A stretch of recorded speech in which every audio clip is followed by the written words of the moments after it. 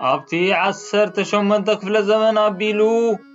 هذا بلح من إسي وزب تقلقلو زقت منا زي إقمو زي تصعد بقليلو أيوة إشوخ مسبل حد فطر زت بهللو أم نؤوس عدميقو بروفيسور أبيلو أم نؤوس عدميقو بروفيسور أبيلو دحر قروب عمتا تمكرو خيدلبه كناوت يجمر كجهار كعبه كماغوت كتراتر فلسفنا اندا سببه هلونا أملاح كحيدو موت أملاح مسأوجه يا قداس عرفتو سمعنا حمد بخير كبه هو عرفتو سمعنا حمد بخير كبه سلام أحواتنا حتن أميكنيهم مهدري مساهم زلخو لومون كبحتات ناي تاريخ فتشة تاريخنا حدا أزيو حبوب بفلاي دما نزي زلنا زبن ببرتو كابز سألو حدا عبي فلاسفة إذا مسيكم الله سمونا كتكتاتلو بخبري يعدمكم هيا نابتي تاريخ نبل كابتوم أزيوم تصلوت السبات كوينو بفلاي دما نتحساسبان رديت النايز حجز اللو ولدون حبرت السبن ببرتع كابز تصلو فلاسفاتات عاد يخون ملو اسمو فريدريك ويليام نيتشه يزبهان بعسرت حمشة قمتيش حنشو من تميتنا 44 أبروكن بروسيا ناي حج مبراء جرمن يتولدو أبو باستر ناي لوترياويت بتخسيان إيزو نبرين انتو خونه بزحدرونا رئيس حمام نيتشه ود 5 عامات ابيلو مسكونه كابز عالم بموت تفليو بزي ابو هيوتو احادو بمبال امنوس عدميو زفلمه نيتشه احمقن اب تمهرتو بمتكوار بلوغ تمهراي كونه كم وصيتو دما امنوس عدميو نابلا علواي كفله تمهرتي زتو نطب بممصا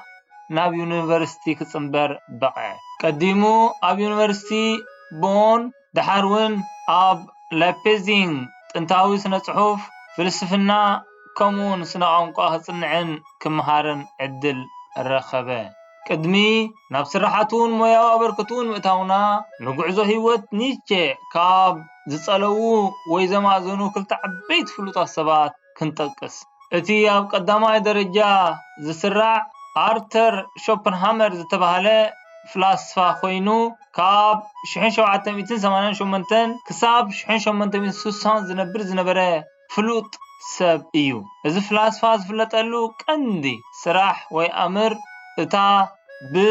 deeply pessimistic world view ويدما عميو الرأية الوتاونت اتبل سرحو كتكونن كلا نفردريك نيتشه ببزح كاب زسألوون زمازنون سبات عدايو نقعزو هيوت نيتشه كاب زمازنو أبكالاي درجة سراع ريتشارد فاغنر زتبهله كاب شحن شومنتميتن 13 كساب شحن شومنتميتن 83 زنبره حبوب جرمناو دراس موسيقى مرحبان كومون صحافن دراسن نايتي بوبرا زفلت قد موسيقى ويسنة طباب كوينو بزدنا ملكعون وهذا بلا أقراربون ننيتشه طرح زيكونه نبوزحات كابتي أبت زمن تزنبروز نبرو عبي صلوا زحدره ويدما حبوبنت زنبرو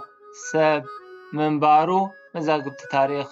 يحبرو ناب تاريخ تبلح من اسي نيتشه مسن ملس زمان سيزي أبت مرتب زنبرو عتوبنتن تقداسنتن بلوت تمهاراي نخخاون أبكي عويو كم وصيتو دما أمنوس عدميو مالت ود 24 عامت طرح نهالوه اب يونيفرس بازل سويسرلاند كوم بروفيسور كوينو كأي عدل زرخبه من اسي نبره دحرقله ناي سرح عامتات ابزو يونيفرسيتي نيشه سرحو كقارص تجدده اتمخنيات بلك زفلت كانت زي كونه بزحات كم زبلوا جن بزحدرو نوصن ጭንቀትን ወይ ድማ ኣብቲ ቤት ትምህርቲ ብዝነበሮ ዘይዕጉብነት ክኸውን ከም ዝኽእል ብዙሓት ይሰማምዑሉ ድሕሪ ካብዚ ዩኒቨርሲቲ ምስንባቱ ኒቼ ዘይዕውት ፍቕራዊ ዝምድና መስሪቱ ከም ዝነበረ መዛግብቲ ታሪኹ ደጊሞም የመልክቱ። ኣብ ሰንተረፋ ዓመታት እውን ሓዳር ኣይመስረተን። ከም ውፅኢቱ ድማ ንስሙ ዘፀውዑ ውሉድ ኣይሓደገን። እቲ ብበይናውነትን ጽምዋን ዝሳቀ ዝነበረ ኒቼ ኣብ 1879 ጠቕሊሉ ካብ ኩሉ ኣካዳሚያዊ ስርሑ ደው ብምባል ኣስዒቡ እተን ዝተረፋ ዘመን ህይወቱ ከም ነፃ ፍላስፋ ኣብቲ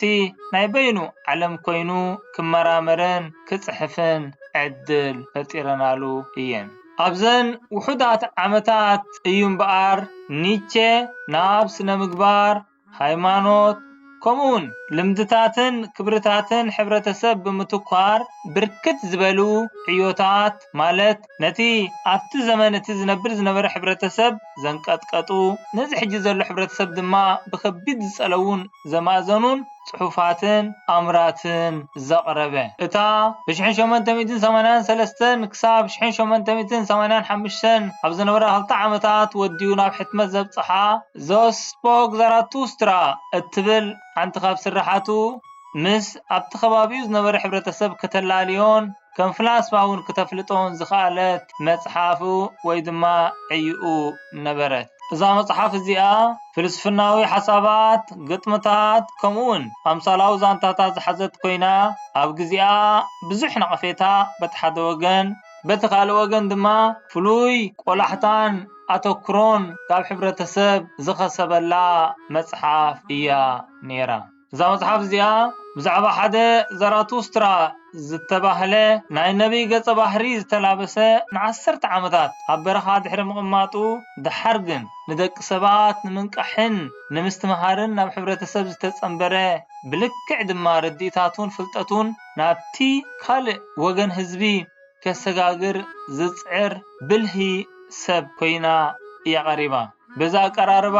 እዚ ድማ ነዞም ዝስዕቡ ነጥብታት እናልዓለት ካብ ሕብረተሰብ ቆላሕታን ጠመተን ንኽረክብ ዝሓገዘቶ መጽሓፍ ነበረት። ኣብዛ መጽሓፍ ኒቼ ሞት ኣምላኽ ይእውጅ፣ ኣምላኽ መይቱ እዩ ንሕና ኢና ቀቲልናዮ ኢሉ ብዓውታ ይጭድር። በዚ ድማ እቲ ዝደልዮ ዝነበረ ቆላሕታን ተገዳስነትን ናይቲ ሽዑ ዝነበረ ሕብረተሰብ ይኸስብ። እዚ ሓሳብ እዚ ብብዙሓት ተንተንቲ ናይ ታሪኽ ክትርጎምን ክትንተንን እንከሎ ዝተፈላለየ መረዳእታታት ክወሃበሉን ክቐርበሉን ዝኽእል እኳ እንተኾነ እቶም ዝበዝሑ ዝሰማምዑሉ ሓሳብ ግን እዚ ዝስዕብ እዩ። ናይ ኒቼ መረዳእታ ብንጹር ኣብዛ መጽሓፍ እዚኣ ጥራሕ ዘይኮነ ኣብ ኩሎም ስራሓቱን መጽሓፍቱን ሰፊሩ ከም እንረኽቦ እዮም ከረድኡ ዝፍትኑ። እዚ ማለት ድማ ትውክልቲ ኣብ እምነት ወይ ሃይማኖት ጠፊኡ ደቂ ሰባት ሓደ ንዕኡ ዝትክእ ክብርታት ወይ ቫልዩስ የድልዮም እዩ ዝብል ንጹር መረዳእታ ከም ዝነበሮ ብዙሓት ይስተማምዕሉ። እቲ ካልኣይ ኣብዛ መጽሓፍ ሰቢሩ ዘሎ ኣርእስቲ ወይ ሓሳብ ድማ ሱፐርማን ልዕልና ሰብ ወይ ድማ ዝበለጸ ሰብ ዝብል ኮይኑ እቲ ልዑል ሰብ ይብል ኒቼ ንናቱ ክብርታት ፈጢሩ ብናጽነት ዝሓስብን ዝወሳወስን እዩ ይብል። ቀጺሉ እዚ ንኽኸውን ድማ ካብ ኩሉ ሃይማኖታውን እምነታውን ተጽዕኖ ነፃ ክኸውን የድልዮ ብምባል ይምጉት። ሳልሳይ ሓሳብ ናይዛ መጽሓፍ ዘለዓለማዊ ምድግጋም ወይ ኢተርናል ሪካረንስ ዝብል ኮይኑ ኣብዚ ሓሳብ እዚ ኒቼ ኩሉ ነገር ብዘይ መወዳእታ ተደጋጊሙ ዝመጽእ እዩ ዝብል መረዳእታ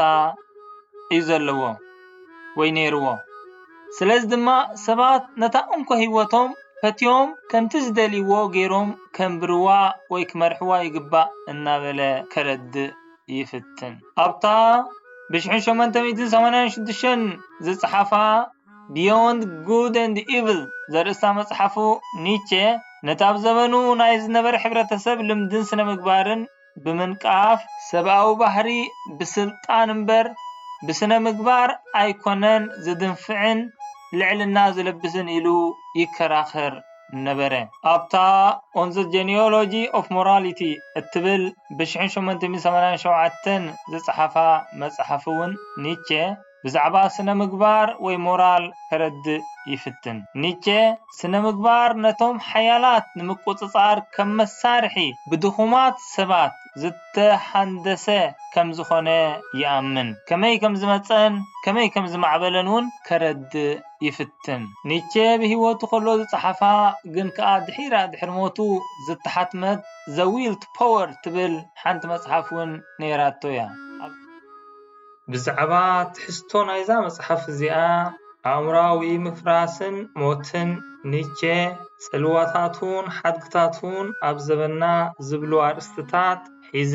ኣብ ካልኣይ ክፋል ክምለሰኩም እየ። ንሎሚ ግን ኣብዚ ይኣኽለና። ካብዚ ዘቕረብኩልኩም ታሪኽ ገለ ነገር ተማሂርኩም ክትኮኑ እናተተስፈኹ ስለ ዝሰማዕኹምኒ ኣዝየ የመስግነኩም። ኣብ ዝቕጽል ክፋል የራኽበና።